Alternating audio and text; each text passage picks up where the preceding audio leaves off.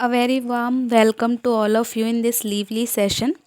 Let's start our today's session. We are on the topic of atoms and molecules, and in our last class, we have discussed about atoms, their properties, their symbols, and rules of symbolizing elements.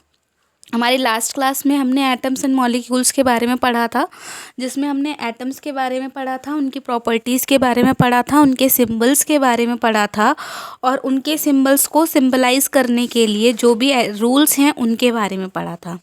Now begin with our today's session.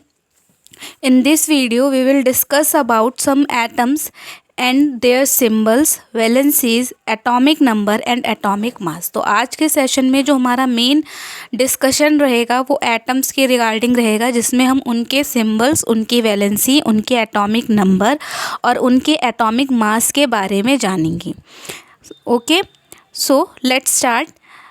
First of all, what is symbol. तो हम symbols की बात कर ही चुके हैं कि atoms को उनके नेम्स के थ्रू ना बताकर उनके सिंबल्स के थ्रू लिखा जाता है. कुछ सिंबल्स यूज़ किए जाते हैं जिन्हें एटम्स के नेम की जगह पर यूज़ किया जाता है फार्मूला लिखते टाइम. जब भी हम किसी कंपाउंड का फार्मूला देते हैं तो उसका फार्मूले को लिखते टाइम हम उस एलिमेंट का या उस एटम का सिंबल लिखते हैं. तो किस एटम का क्या सिंबल है वो हम इस वीडियो में डिस्कस करेंगे, इस लेक्चर में डिस्कस करेंगे. नेक्स्ट, किस एटम की कौन सी वैलेंसी है. जब आप फार्मूला बनाते हो तो आपको सबसे मेन जो पहली चीज़ पता होनी चाहिए वो ये पता होनी चाहिए कि उसकी वैलेंसी क्या है. So valency is very must to know. So you all have to know what is the valency of which element.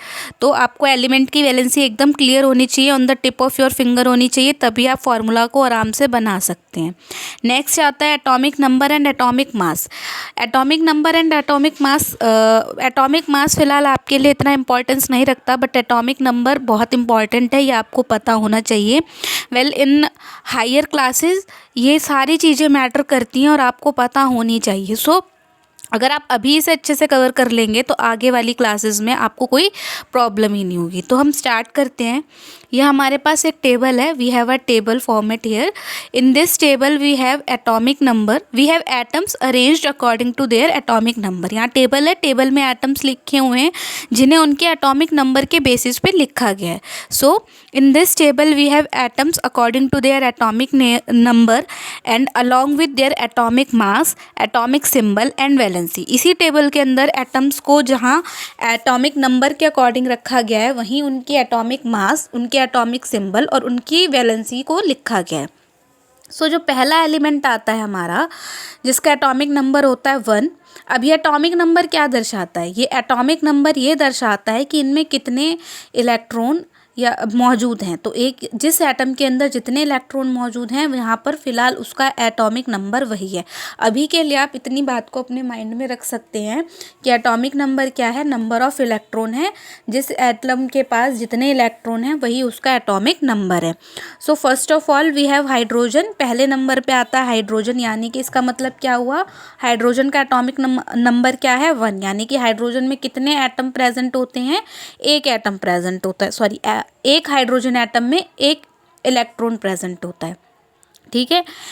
Hydrogen का एटॉमिक मास होता है 1 atomic unit, 1 atomic mass unit, जिसकी शॉर्ट फॉर्म होती है AMU. तो hydrogen का atomic number हो गया 1, उसका एटॉमिक मास हो गया 1 AMU, सिंबल हो गया कैपिटल H और वैलेंसी होती है +1 और -1. अब प्लस और माइनस का मतलब क्या होता है वैलेंसी में. अगर किसी की वैलेंसी प्लस है which means that element, that atom can donate their electron.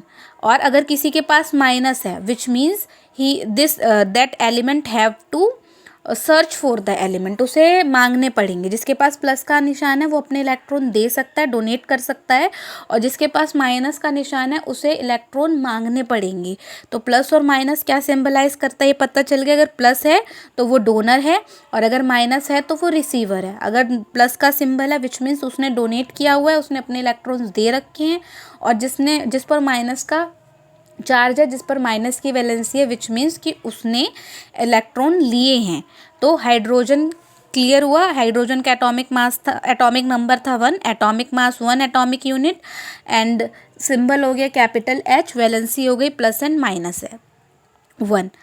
Similar we have number 2 helium, जिसका एटॉमिक मास है 4 atomic mass unit 4 AMU, symbol होता है capital H and small e and इसकी वैलेंसी होती है 0। इसे हम 0 है तो इसे हम नोबल एलिमेंट भी कहते हैं और ये नॉन रिएक्टिव होता है। जिसकी वैलेंसी 0 है वो नॉन रिएक्टिव होते हैं, वो कहीं भी पार्टिसिपेट नहीं करते रिएक्शन में, उनका कहीं कोई फॉर्मूला नहीं बनता।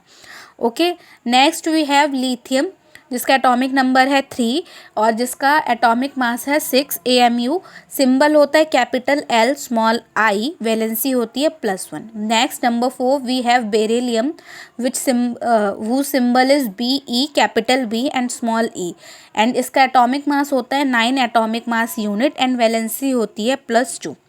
Next we have number 5 boron, जिसका एटॉमिक मास होता है 10 atomic mass unit 10 AMU, symbol होता है कैपिटल B, जिसकी वैलेंसी +3 एंड -2 होते हैं, विच मीन्स या तो ये 3 इलेक्ट्रॉन डोनेट करेंगे या फिर 2 इलेक्ट्रॉन ले लेंगे, और जो भी वो करेंगे डोनेट करेंगे या गेन करेंगे उसी के अकॉर्डिंग उनकी वैलेंसी होगी, तो या तो ये +3 पे होगा या फिर -2 पे होगा।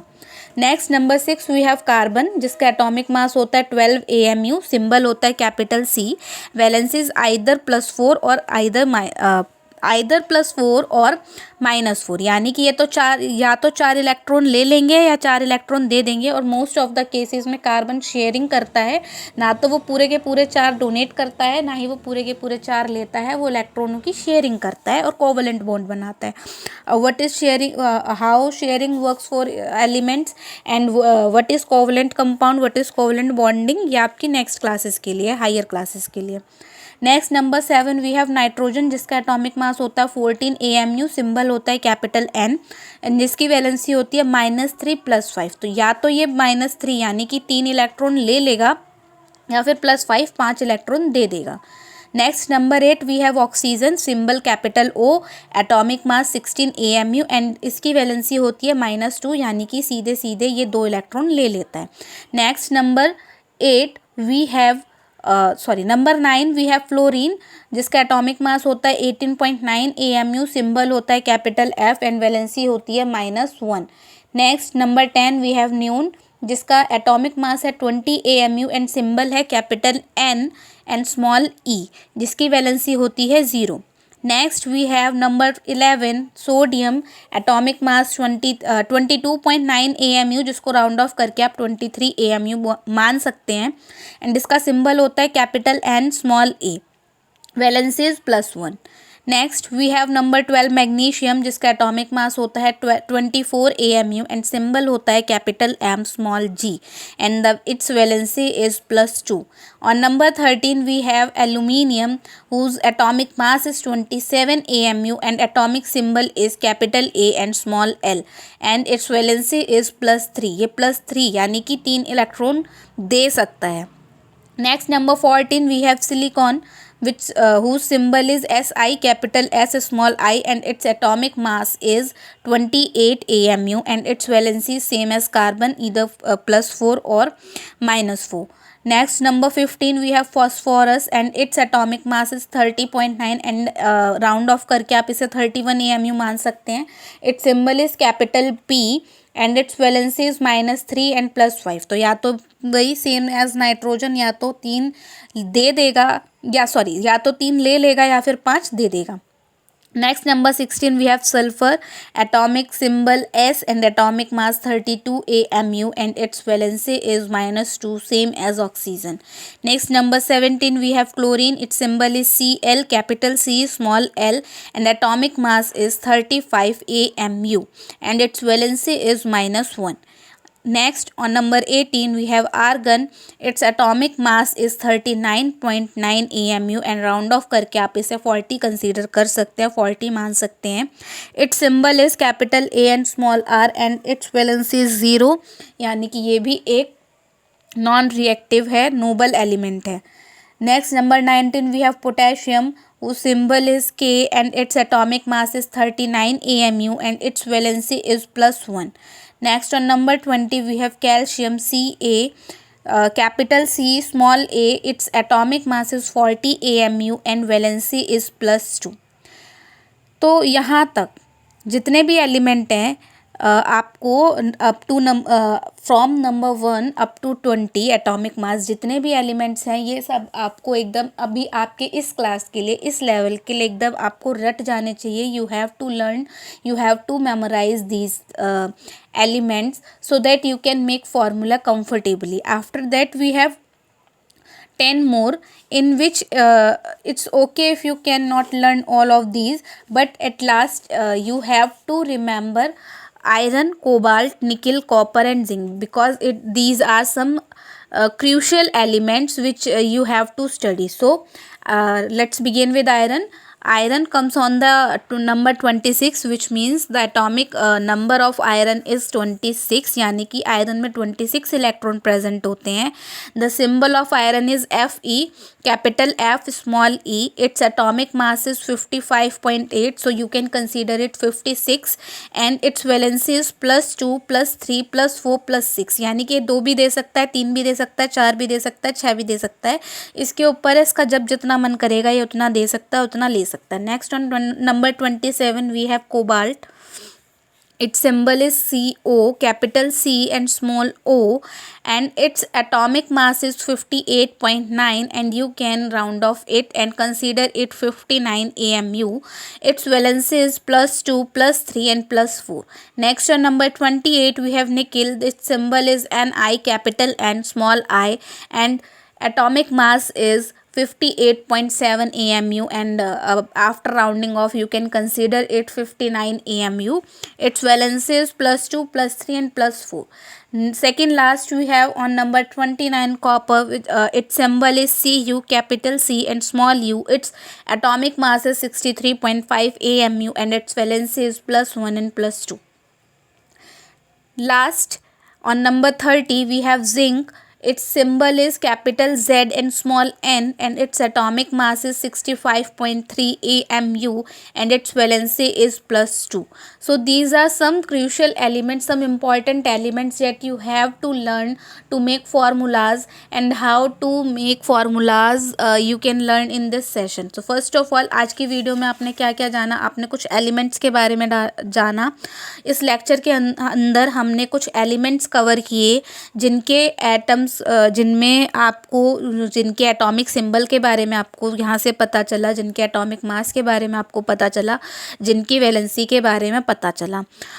एक बार फिर से रिपीट कर लेते हैं. एटॉमिक नंबर होता है कि एक एलिमेंट के अंदर कितने एटम प्रेजेंट हैं, तो एक एलिमेंट के अंदर कितने इलेक्ट्रॉन प्रेजेंट है, एक एटम के अंदर कितने इलेक्ट्रॉन प्रेजेंट हैं, उसी को हम क्या कहते हैं, उसका एटॉमिक नंबर कहते हैं. Okay, so consider for example we have oxygen and its atomic number is 8. तो इसका मतलब ये हुआ कि ऑक्सीजन एटम के अंदर 8 इलेक्ट्रॉन मौजूद हैं, इसीलिए इसका एटॉमिक नंबर क्या है, 8 है. Next we have atomic mass. Atomic mass क्या होता है ये हमने इससे पहली वाली वीडियो में कवर कर ही लिया था. एटॉमिक मास का मतलब क्या होता है कि किसी चीज़ की कंपैरिजन को करके, किसी चीज़ को स्टैंडर्ड मान के हमने सारे एलिमेंट्स का वेट कंसीडर किया था, और यहाँ पर जो हमारा स्टैंडर्ड था वो हमने लिया था 1/12 मास ऑफ 1 C12 एटम. ठीक है, C12 एक एलिमेंट होता है, उसका जितना भी वजन होता है उसके जो 12th पोर्शन है उसको हमने स्टैंडर्ड माना था, और उससे कंपैरिजन करके हमने एटॉमिक मास निकाला था कि भाई एक हाइड्रोजन एटम कितने कार्बन एटम के बराबर है, उसके अकॉर्डिंग हमने इसका वेट कंसीडर किया था. तो उसी के अकॉर्डिंग ये सारे वेट कैलकुलेट किए गए हैं साइंटिफिकली, और इन सारे वेट को लिखा गया है that you have to learn. Next come on the symbols के बारे में भी हम बात कर चुके हैं अपनी प्रीवियस लेक्चर्स में, जिसमें हमने जाना था कि कुछ सिम्बल्स जब भी हम फॉर्मूले बनाते हैं तो उनके एलिमेंट्स के नाम को लिखना पूरा बहुत ही कॉम्प्लेक्स वो हो जाता है पूरा प्रोसेस. तो उस प्रोसेस को सिंबल बनाने के लिए हमने क्या किया, कुछ एलिमेंट्स के सिंबल्स को बना लिया, और उन सिंबल्स के थ्रू अब हम फॉर्मूलेस को लिखते हैं. ठीक है, तो मोस्ट ऑफ द केसेस में जो भी सिंबल होता है वो एलिमेंट के नाम के इनिशियल से या फिर फर्स्ट 2 लेटर से बनाया जाता है. सब फॉर एग्जांपल हाइड्रोजन का जो in case of hydrogen its first letter ठीक है, हाइड्रोजन हो गया, कार्बन हो गया, ऑक्सीजन हो गया, नाइट्रोजन हो गया, फ्लोरीन हो गया, फॉस्फोरस हो गया, सल्फर हो गया। इन सारे केसेस के अंदर हमने पहला जो इनिशियल है, जो भी उस एटम का इनिशियल था, उस इनिशियल को ही उसका सिंबल कंसीडर कर दिया। कुछ केसेस में हमने क्या किया, स्टार्टिंग के 2 वर्ड्स को, 2 अल्फ़ाबेट्स को लिया, उनको हमने सिंबल्स के रूप में लिखा, जैसे हीलियम हो गया, लिथियम हो गया, बेरिलियम हो गया, नियॉन हो गया, सिलिकॉन हो गया, क्लोरीन हो गया, इस तरीके से। तो इनके जो स्टार्टिंग के 2 अल्फ़ाबेट्स हैं, उन्हीं को हमने सिंबल में कंसीडर किया। बट कुछ एलिमेंट्स ऐसे थे जो स्टार्टिंग में जिस जगह से मिले या जो उनकी प्रॉपर्टीज़ थी, उनको देखते हुए ही उनका नाम रख दिया गया। उनका उनके इंग्लिश नेम से कोई लेना देना नहीं है, उनका नाम उनकी ग्रीक या फिर लैटिन लैंग्वेज से लिया गया। जैसे कि सोडियम, इसका नाम होता है सोडियम, बट इसका सिंबल होता है Na। तो यहाँ पर इसका सिंबल S क्यों नहीं है, SO क्यों नहीं है, इसका रीज़न यही है क्योंकि यहाँ पर जो Na सिंबल लिया गया है, ये इसके इंग्लिश नेम से नहीं, इसके अदर लैंग्वेज के नेम से लिया गया है। Same goes for the potassium, क्योंकि पोटेशियम होता है नाम P से स्टार्ट, बट इसका सिंबल होता है K से। Same goes to copper, copper starting के CO होना चाहिए था या फिर सिंपल C होना चाहिए था, बट इट इज़ Cu। क्यों? क्योंकि ये इसके अदर लैंग्वेज के नेम से लिया गया है, इसीलिए। सो यहाँ पर इतनी बात समझ में आई। उसके बाद हम बात कर लेते हैं वैलेंसी की। तो वैलेंसी क्या होता है? वैलेंसी का मतलब होता है कि कंपाउंड बनाने के लिए एक एलिमेंट को दूसरे एलिमेंट से जुड़ना पड़ता है, बट उसकी जुड़ने की पावर क्या है, उसकी जुड़ने की जो टेंडेंसी है, उसी को हम क्या कहते हैं, उसकी वैलेंसी कहते हैं। कोई एक एलिमेंट से जुड़ सकता है, कोई 4 से जुड़ सकता है, कोई 10 से जुड़ सकता है, तो कोई 15 से जुड़ सकता है। और ये जो जुड़ने की टेंडेंसी होती है एक एटम की दूसरे एटम से, दूसरे कितने एटम से वो जुड़ सकता है, उसकी उस टेंडेंसी को ही क्या कहा जाता है, वैलेंसी कहा जाता है। अब वैलेंसी को हम निकालते कैसे हैं, तो जब आप नेक्स्ट चैप्टर पढ़ेंगे तो आपको कुछ स्ट्रक्चर ऑफ एटम्स के बारे में पता चलेगा। फ़िलहाल यहाँ एक शॉर्ट डिस्क्रिप्शन दे देते हैं। तो होता क्या है कि हमने ये इमेजिन करा, ये साइंटिफिकली साइंटिस्ट ने इमेजिन किया, बताया थ्योरीज के थ्रू, कि कोई भी जब एटम होता है तो उसके बाहर शेल होती हैं, यानी कि बहुत सारे सर्कल्स होते हैं जिनके बीच में वो एटम्स प्रेजेंट होता है, और हर सर्कल के अंदर अलग अलग इलेक्ट्रॉन्स होते हैं जो उस एटम्स के अंदर रोटेट करते रहते हैं, और उसी से वो एटम मिलकर बनता है उन इलेक्ट्रॉन्स के थ्रू। और जो इलेक्ट्रॉन्स होते हैं वो किस में घूम रहे होते हैं, उन सर्कल्स में घूम रहे होते हैं। तो जितनी भी शेलें होती हैं उसमें एक रूल दिया गया था कि KLMN उन शेल्स के नाम होते हैं, जिसमें से सबसे पहली शेल में 2 इलेक्ट्रॉन आते हैं, फिर उसके बाद वाली शेल में 8, फिर उसके बाद वाली में 8, फिर उसके बाद वाली में 8, और उसके बाद वाली में 16। इस तरीके से होता है। तो जब भी आपने सपोज़ हमने बोला कि हीलियम का एटॉमिक नंबर 2, यानी हीलियम के पास 2 इलेक्ट्रॉन हैं, तो वो दोनों के दोनों इलेक्ट्रॉन कहाँ घूम रहे हैं, उसकी पहली शेल में घूम रहे हैं। ऐसे बोरोन की अगर हम बात करें तो बोरोन में 5 इलेक्ट्रॉन हैं, तो 5 में से जो पहली शेल है उसमें 2 ही आ सकते हैं, तो पहली शेल में आ गए 2 इलेक्ट्रॉन।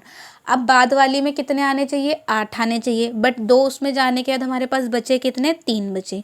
तो वो बचे हुए 3 किस में घूम रहे हैं, सेकेंड नंबर वाली शेल में घूम रहे हैं।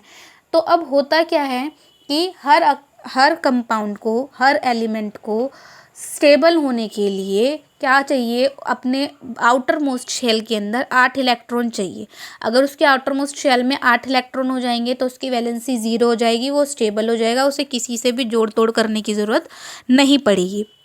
तो इस रीज़न से अब बोरोन क्या करेगा, उसको अपनी आउटर मोस्ट शेल को कंप्लीट करना है, समहाउ किसी भी तरीके से उसे कंप्लीट करना है। तो अब उसके आउटर मोस्ट शेल में है 3 इलेक्ट्रॉन, तो इन 3 इलेक्ट्रॉन को लेकर वो क्या कर सकता है, उसके पास 2 सिचुएशन बनती हैं, 2 केस बनते हैं। पहला केस, या तो वो तीनों के तीनों इलेक्ट्रॉन क्या करे, दे दे, या फिर वो क्या करे, और इलेक्ट्रॉन्स को मांग ले। अगर वो और इलेक्ट्रॉन्स को मांग लेगा तो वो अपनी आउटर मोस्ट शेल के अंदर 8 इलेक्ट्रॉन कंप्लीट कर लेगा और स्टेबल हो जाएगा। और अगर वो और नहीं मांग सकता तो वो क्या करेगा, वो अपने तीनों के तीनों इलेक्ट्रॉन दे देगा, और उसके बाद क्या करेगा, वो स्टेबल हो जाएगा। तो अब उसने जितने भी इलेक्ट्रॉन दिए या जितने भी इलेक्ट्रॉन लिए, यही काउंटिंग, यही नंबर क्या डिसाइड करता है, उसकी वैलेंसी डिसाइड करता है। अगर उसने तीनों दे दिए तो उसकी वैलेंसी क्या हो गई, +3 हो गई। अगर उसने इलेक्ट्रॉन ले लिए तो उसकी वैलेंसी क्या हो गई, जितने भी इलेक्ट्रॉन उसने लिए वो, और उसके साथ माइनस का सिंबल। तो यहाँ पर वैलेंसी क्या होती है, कैसे निकाली जाती है, उसके साथ प्लस और माइनस सिंबल क्या बताते हैं, ये सारे पॉइंट्स क्लियर हुए। Good. So that's all for today's session. Thanks for this lovely session.